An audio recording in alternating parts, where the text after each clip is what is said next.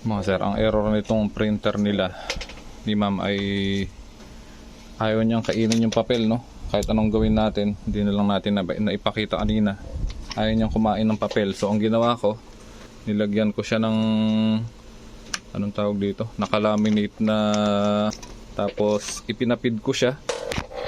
And eto na yung nakita ko. Actually ayaw niya rin kainin kanina. Tinulakan ko lang ng tinulakan. Ayan, oh.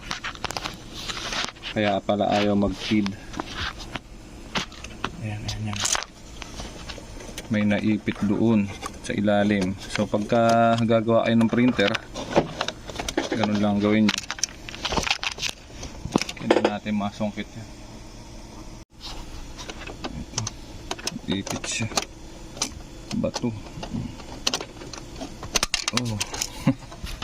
Eh, hindi nga magpipid yan. Kaganyan. Okay, pwede nating tanggalin.